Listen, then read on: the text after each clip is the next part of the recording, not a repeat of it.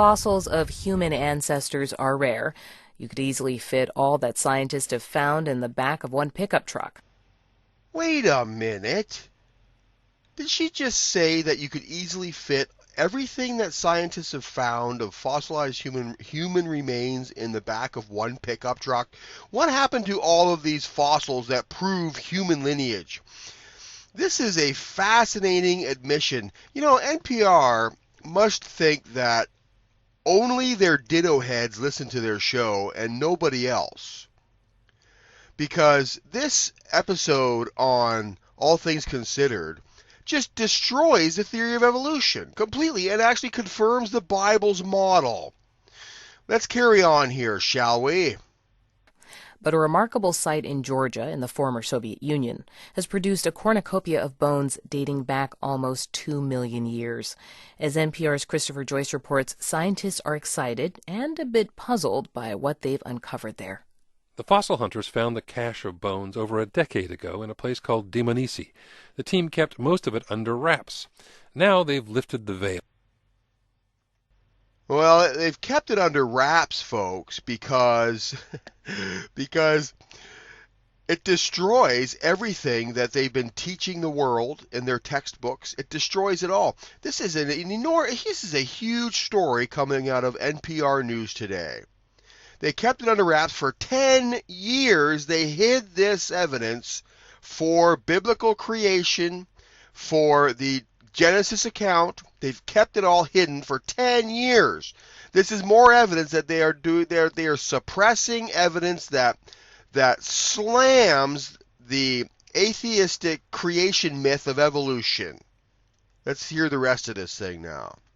What they've got are the fossil remains of 5 creatures who lived 1.8 million years ago, including a magnificent adult male skull. William Jungers, a professor of anatomy at Stony Brook University in Long Island, is impressed. That skull is incredible. It's got to be one of the most complete skulls ever discovered in the fossil record of human evolution. And they've got bones from 5 individuals. Team member Marcia Ponce de Leon of the Anthropological Institute in Switzerland says that's unique this far back in time. For the first time, we can see a population. We only had individuals before. Having a population means scientists could look for similarities in the bones that would characterize what this species was like. What puzzled the scientists were the big differences, though, in the bones. There was a lot of variety, almost a grab bag of features. Small brain case, big protruding jaw, giant teeth.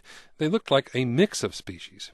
But Ponce de Leon's colleague, Christoph Zollifacher, notes that all 5 apparently died within centuries of each other in the same place. So we are pretty sure that the variation that we see is that within a species, a single evolving lineage. So, okay, they found a human ancestral species with a lot of physical variety from one individual to the next. But this poses a problem. The conventional wisdom on early human evolution is that there were several species that arose in Africa. Homo habilis, Homo rudolfensis, Homo erectus, maybe even more.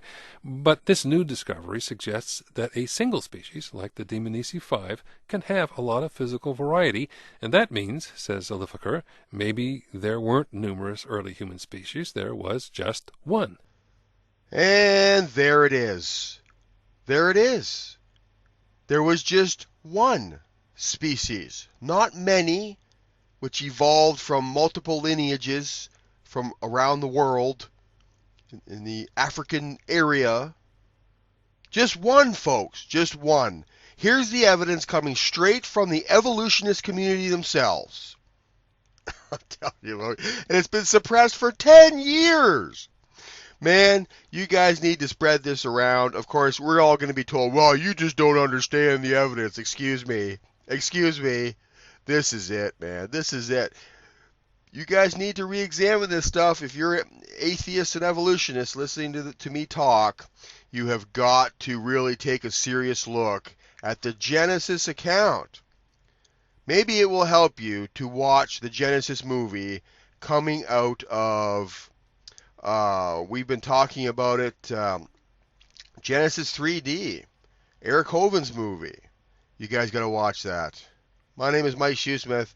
I guess we might as well listen to the minute or so that's left in this All Things Considered show. We'll talk to you guys next time.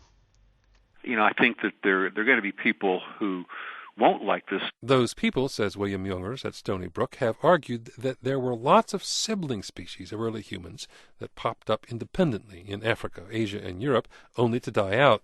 They were stages or experiments in human evolution. The new research suggests a different narrative. There may have been one very successful species that emerges from Africa, subsequently and rapidly spreads to Southeast Asia. That's the picture of a very successful cosmopolitan species. Like most new ideas on human evolution, this one has skeptics. Brian Richmond is an anthropologist at George Washington University. Richmond says the techniques used in this new research gloss over the true amount of variation among those earliest African fossils. It doesn't get at the more fine-grained aspects of anatomy that actually distinguish species from one another.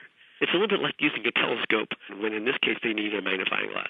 Richmond says the discovery, published in the journal Science, is nonetheless a treasure of new data for scientists to ponder and to argue about.